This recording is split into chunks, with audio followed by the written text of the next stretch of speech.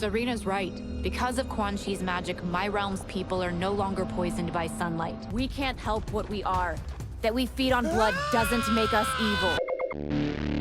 Lore and narrative are the most difficult yet most integral elements of every fighting game. Sure, the actual mechanics and gameplay take centre stage of course, but without an intriguing story or interesting characters to hook potential players in, people are going to lose interest. I say difficult because actually implementing an overarching plot is where most of these games struggle and inevitably fall short. This is mainly due to the fact that the gameplay doesn't really complement or work well in tandem with telling a story. Say third-person shooters or action games for example. In those genres you get dialogue fed to you while playing the game and moments where there isn't really any action going on. But you're still in control, so you can look around and take in the world around you and the atmosphere as well as processing the events that you've experienced thus far. It's aspects like that which can't really be achieved with the fighting game formula. Not saying it's impossible to tell a good story in this genre, but definitely 10 times more difficult. So how do you get around this problem? Well, many methods have been attempted, but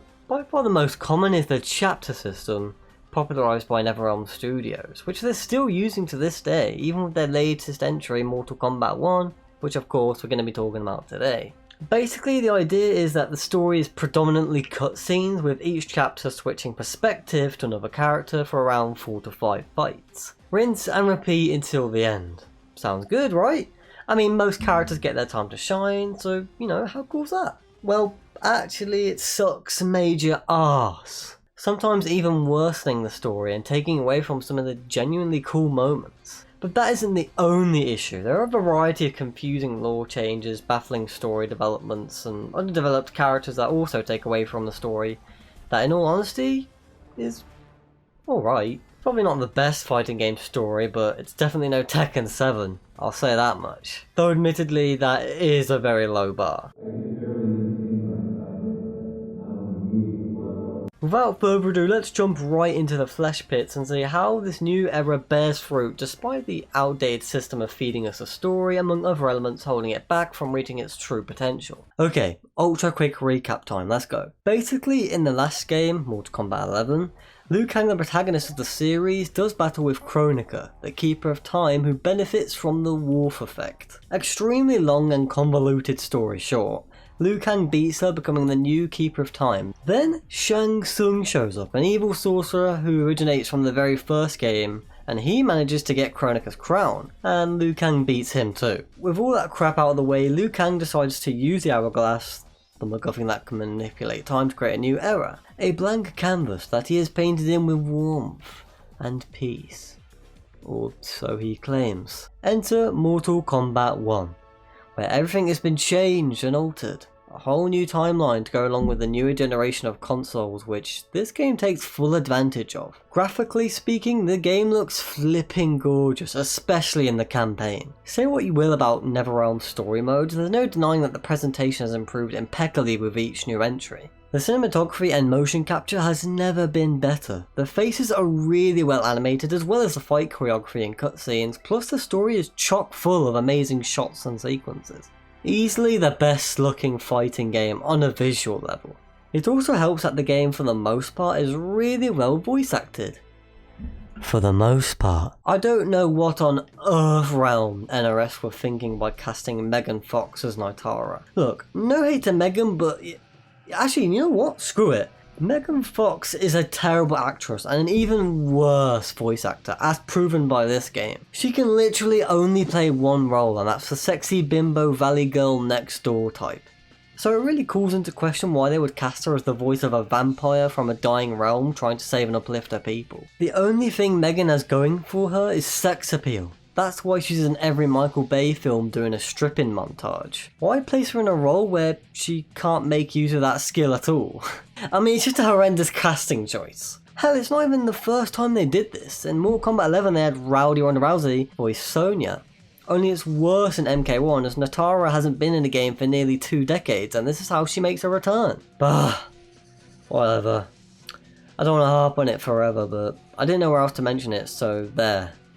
Done. Anyways, I've set up the events leading to MK1, but what actually happens in the new era? Well, it begins like a traditional kung fu movie, with Liu Kang gathering up the Earthrealm warriors to see which one of them will compete in the not Mortal Kombat tournament. Starting off with Kung Lao and Raiden. It's in this very first chapter of the game where we start to see hints of a much bigger problem that persists throughout the story in MK1 and fighting game story modes in general. You see, after a test where the Lin Kuei feign an attack on Madame Bo's restaurant,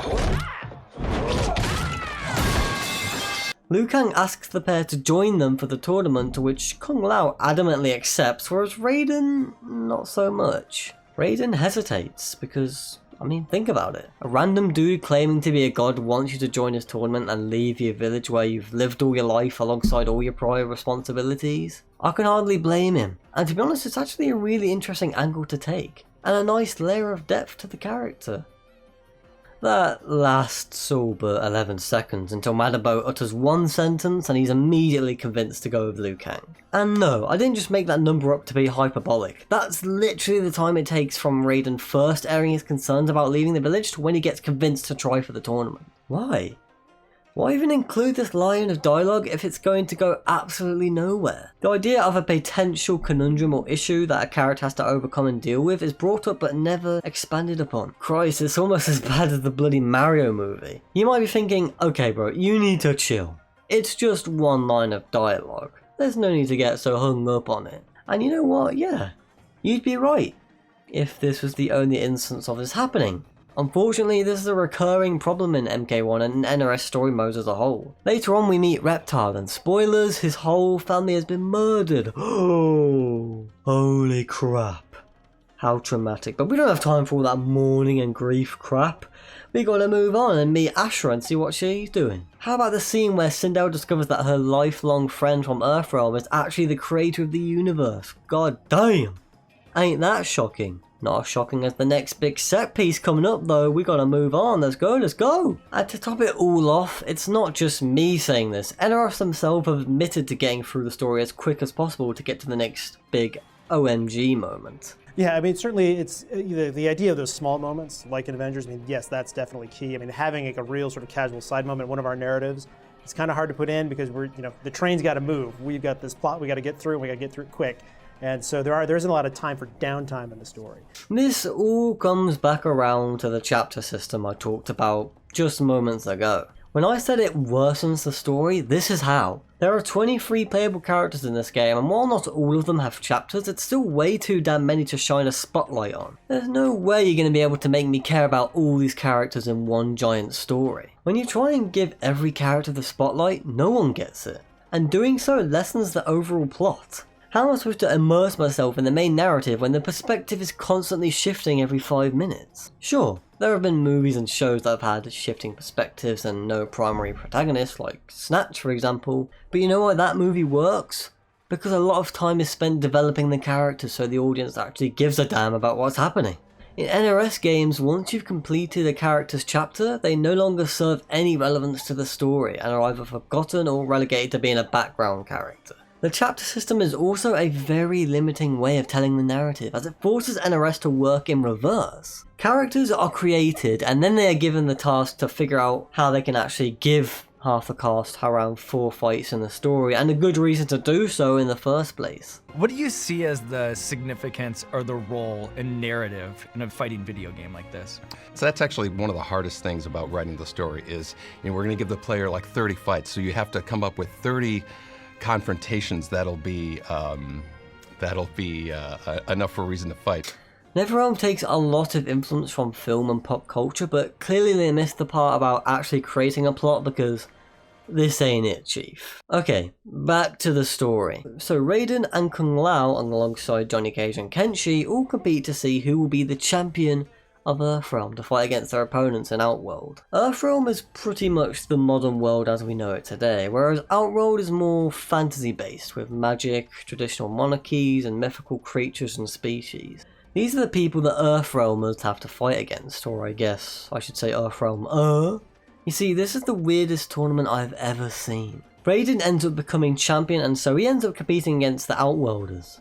Alone. I mean, Johnny Cage and the other characters tag along, but they don't do anything. They're just there in the background cheering on Raiden. I'm no tournament professor, okay, but I'm pretty sure this is not how a bloody tournament works. It's supposed to involve multiple competitors facing off, winning matches until ultimately one person remains to face the final opponent. If any of the Outworlders won in MK1's tournament, then that would be it. Theoretically, it could end after one fight if Raiden had lost to Reiko. Can you imagine a tournament ending after one battle? I'd be asking for a refund immediately.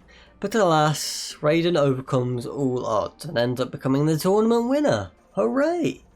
That concludes chapter 3 of 15. Yeah, the tournament makes up barely a fraction of the total story, which, to be honest, I don't mind that much.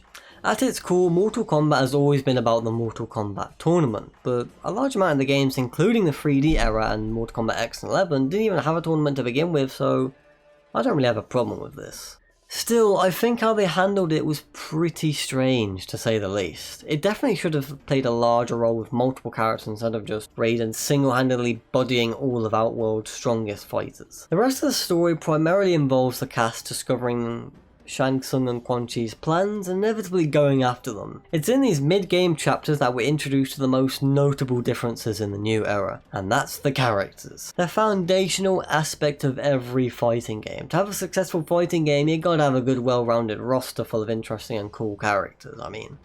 That's a given. So how do these new versions of familiar faces pan out? Well, I gotta say, they did a fantastic job with these new incarnations. For real, these are some of the best versions of the iconic MK cast, period. And that's no better seen than with Baraka and Reptile. In previous timelines, Baraka was just a tribal crazy man belonging to a race of bloodthirsty cannibals that served Shao Kahn.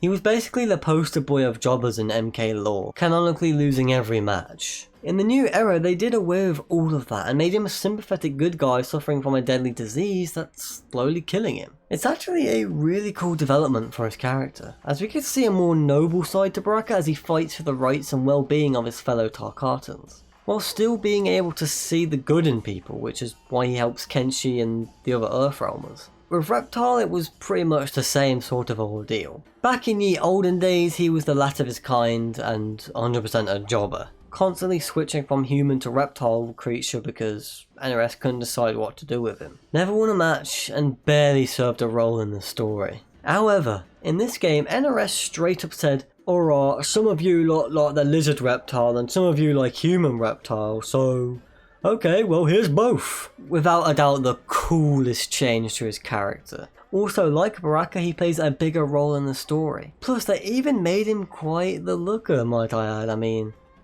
oh boy. His lizard form, I mean, not his human form, of course, because I mean, like, damn. And before you start calling me weird, I'm not alone in thinking this, alright? I mean, what does he do in his intro before starting a fight? He shows the opponent the goods and throws it back.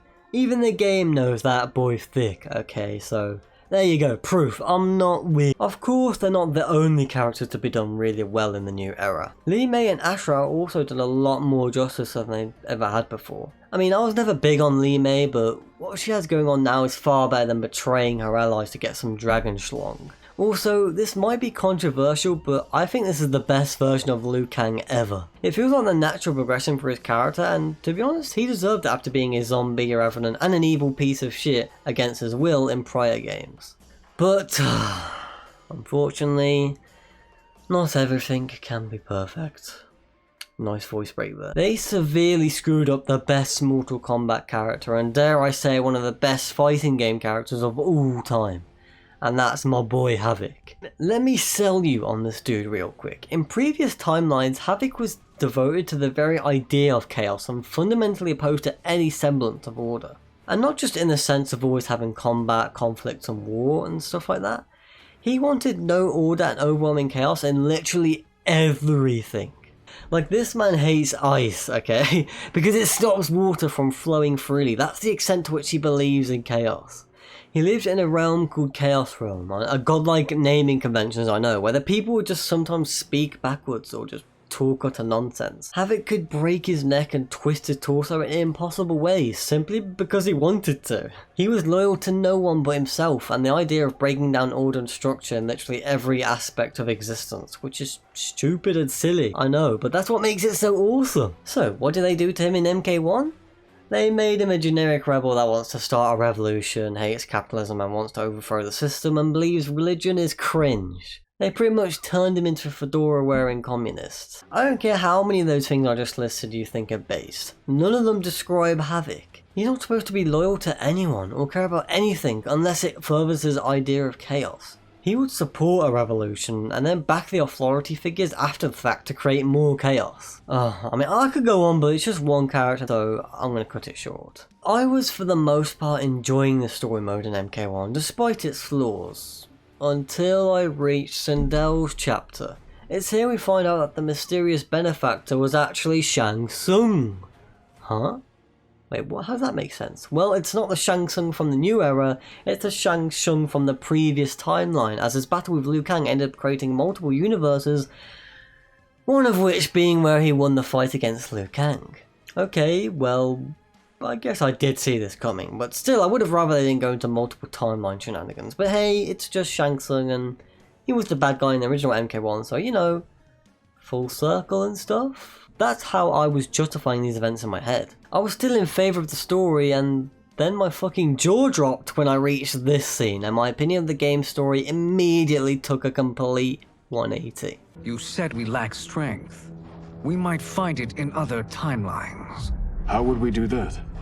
We gather allies from across timelines, other titans, to build an overwhelming force. Oh my god, are you fucking kidding me?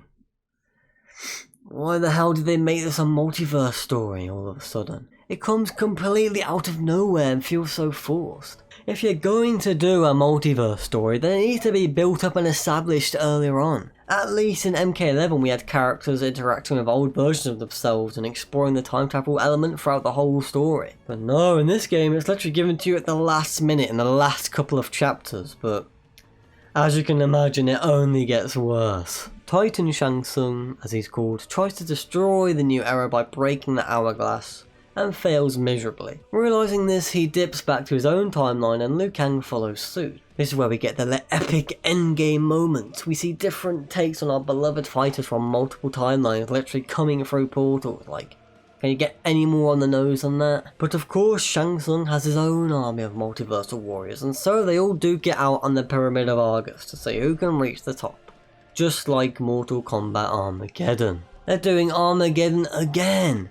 In fact, they're just copying everything they did in the 3D era. They have the Deadly Alliance forming once again with Shang Tsung and Quan Chi. They get deceived into doing someone else's bidding, and now everyone has to scale a pyramid to defeat the big bad, or big bads in this case. Look, I love the 3D era of Mortal Kombat, and I'm glad they're paying homage to it more than ever with all the returning faces that we haven't seen in over a decade. Street Fighter could definitely take some notes here. But you know why the 3D games worked? It's because Armageddon was slowly built up, capping off a complete trilogy. In MK1 it's rushed into the last few chapters, and because it's taking place in Shang's timeline and not the new era, there's basically no stakes here. In the final chapter you can pick any of the available roster, but it doesn't really matter who you choose, the outcome is the same. Titan Shang Tsung and Quan Chi get defeated, everyone who didn't die horribly returns to their realms, and you bada bing bada boom, happily ever after. So that's the story of Mortal Kombat 1, an enjoyable ride until it...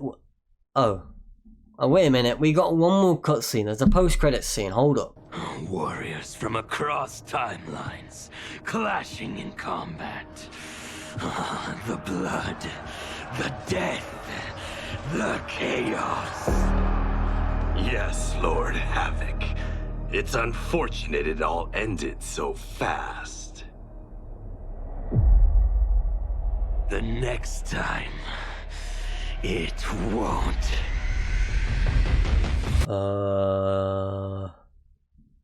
I don't know how to feel about this. I mean, on one hand, let's fucking go. This is the Havoc from the OG timeline, or at least a version of him that got the hourglass, so that's sick. Plus they're setting him up to be the next big bad, which I'm all for, of course, as a Havoc simp. But at the same time, bruh, let me play as that Havoc. Why do we have to be stuck with a fedora wearing radical? Okay, but in all seriousness, that's the story of Mortal Kombat 1, an enjoyable ride until it isn't. It's a shame the ending blows, because the rest of the story is, you know, quite enjoyable, and if you're an MK fan, there's a lot to sink your teeth into. But like I said, it's held back by the outdated chapter system that legitimately worsens the development of characters and limits how well you can deliver a narrative. The worst part about the story by far is the fact that it took so much time and effort away from the other more important aspects of the game. Like 90% of the marketing was advertising the story, and even if it was, let's say, the best story mode of all time, so what? People are only going to play it once and then be done with it. When people go back to revisit and replay Mortal Kombat 1, I can tell you it's not for the story mode. Players are going to be hopping on ranks, or playing invasions, or completing classic towers. That's where most of people's time is going to be spent, so it's pointless making the story mode the main focus of the game and all the advertising when it barely makes up your playtime. What makes matters worse is that MK1 definitely needed more time when it comes to testing, because it launched riddled with bugs and missing features. Sure, it's all going to be patched out with time, but it's unacceptable to release a game like this with countless bugs when you're charging up to 90 quid or $100 for it. Look, at the end of the day, this formula of making stories and fighting games is outdated and proven to be shitty. It's time to move on and abandon this chapter BS. Street Fighter 6's World Tour mode was a step in the right direction. I mean, don't get me wrong, the story in that mode was absolute crap, but the highlight was being able to meet with various characters in the roster and getting to know and interact with them. Hell, they don't even need to look at Street Fighter for influence, because they were the first ones to do this kind of mode all the way back in Mortal Kombat Deception, with Conquest mode, which still absolutely slaps. The story and lore of Mortal Kombat is awesome. I mean, why do you think the series is so popular and has stayed in relevancy all these years? I know people like to crap on it, but it's clearly doing something right to have that much staying power. However, to put it simply, there are just better ways of delivering all this lore and story to the player, and hopefully in the future we will see Conquest return. Or at least some new innovative way of telling us this badass fantasy kung fu story that's captured the imagination and intrigue of so many. With that being said, that's all I have to say on Mortal Kombat 1 story mode. Like if you liked, dislike if you disliked, subscribe for more quality content, and I'll see you guys next time. Have some more chicken. Have some more pie. Have some more chicken. Have some more pie. Have some more chicken. Have some more pie. It doesn't matter if it's boiled or fried. Have some more chicken. Have some more pie. Have some more chicken. Have some more pie. Have some more chicken. Have some more pie. It doesn't matter if it's boiled or fried.